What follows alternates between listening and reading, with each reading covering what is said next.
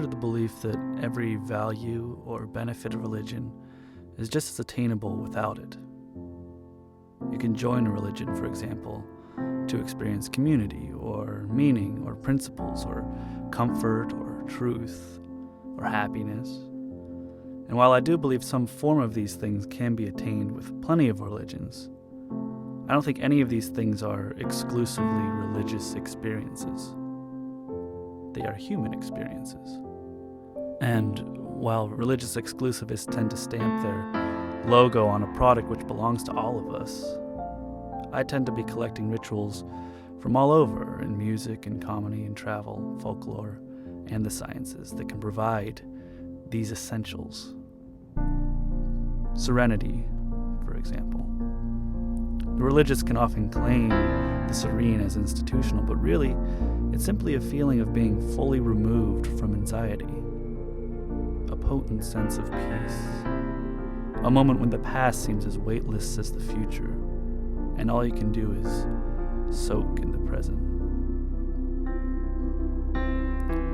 We don't need to suspend reason and cling to faith in order to feel serene or have a sense of deep meaning. In fact, I felt it more as an atheist than I ever did religiously. I felt it lying on a dock in Maine and watching the stars. I felt it drinking wine with my friend, taking breaks to skinny dip in the bright blue Brian's Lake, which reflected the Alps. I felt it in a freshly prepared 4-cheese ravioli, laughing with friends, and a warm breeze in my face. It's not easy to induce feelings of serenity or profound meaning, not with any method, I think. Religious imagery often tries, but I personally find it much more authentic when it's inspired by a verifiable reality. For example, years ago I started practicing something which I guess now I'll just call scientifically informed intuition. I did it at a time when I could remember the experience of faith, but I knew it was incompatible with my skepticism. It was believing something long enough that the story became intuitive without retelling the story in narrative form. I could feel it, something like feeling the love of God. It was very real in one sense, but entirely unverifiable in another.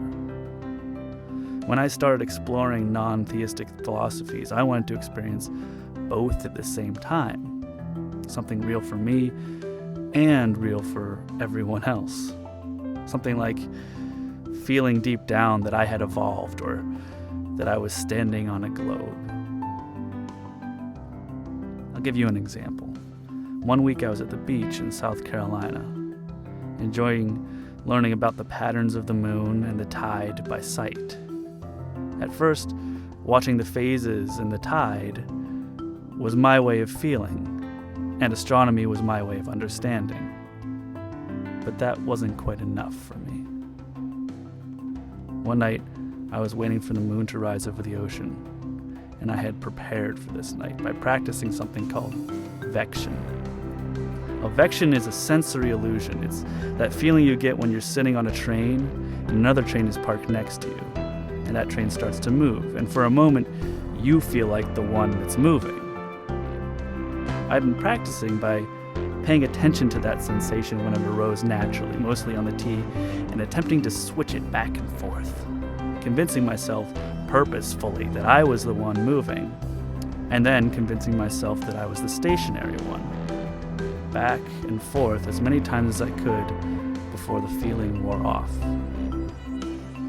It's a bit like that exercise of the spinning ballet dancer's silhouette, where it can either spin clockwise or counterclockwise, or if you work at it hard enough, you can train your perspective to switch on command.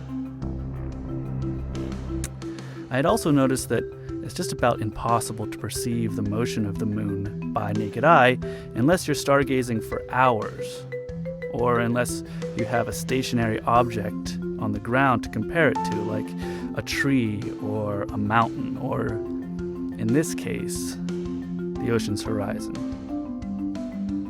The astronomy had helped me understand that while the moon does rotate around the Earth, that rotation usually displays itself as phases over a month or so, takes a long time. And so that so-called setting and rising of the moon throughout the night is, of course, mostly determined not by the movement of the moon, but by the spin of the Earth. And so I waited for the right hour.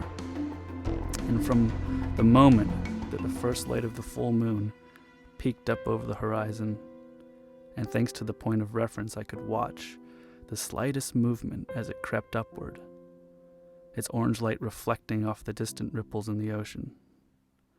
And I toggled that vection switch and forced a feeling that I was the one moving, and the moon was stationary.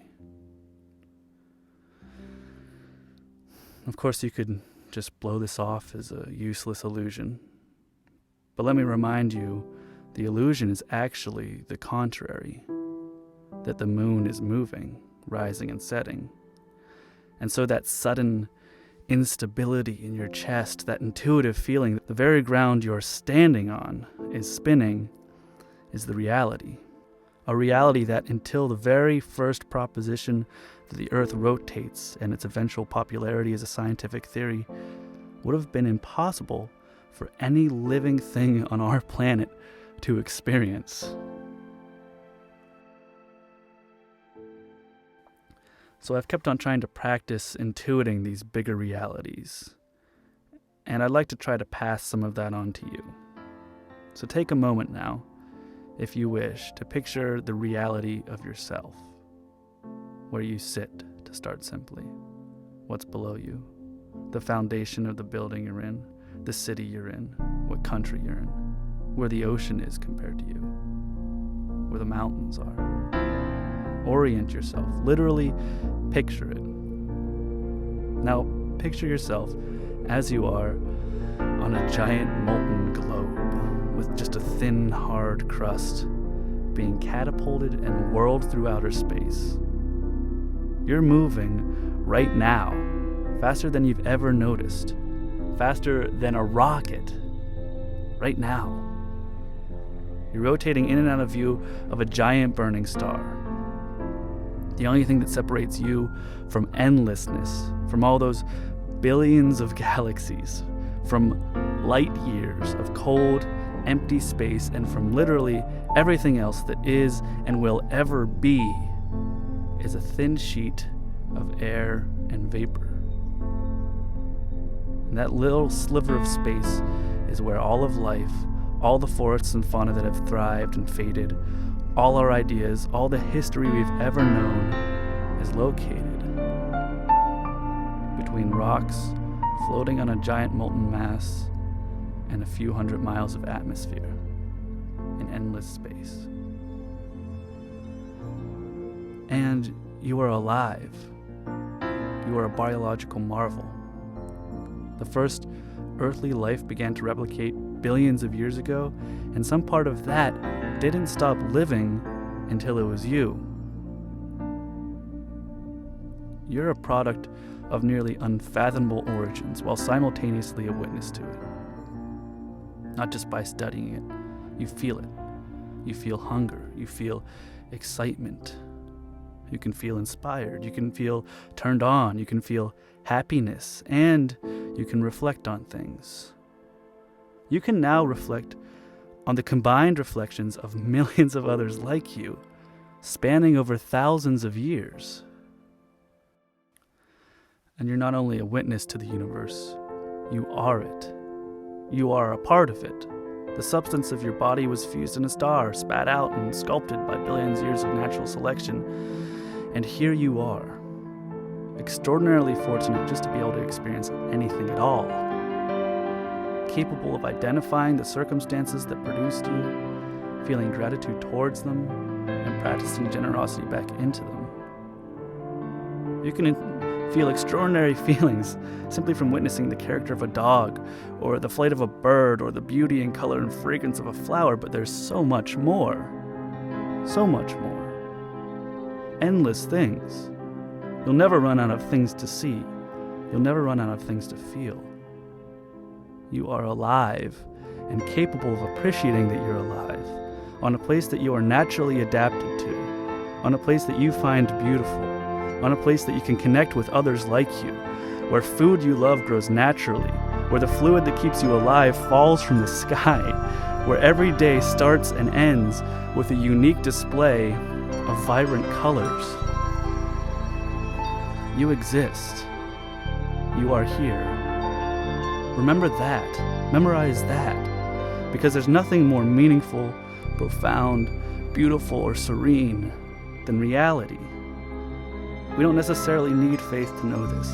If we choose only to believe in the things which we are reasonable to believe in, I think we'll find, well, that's plenty.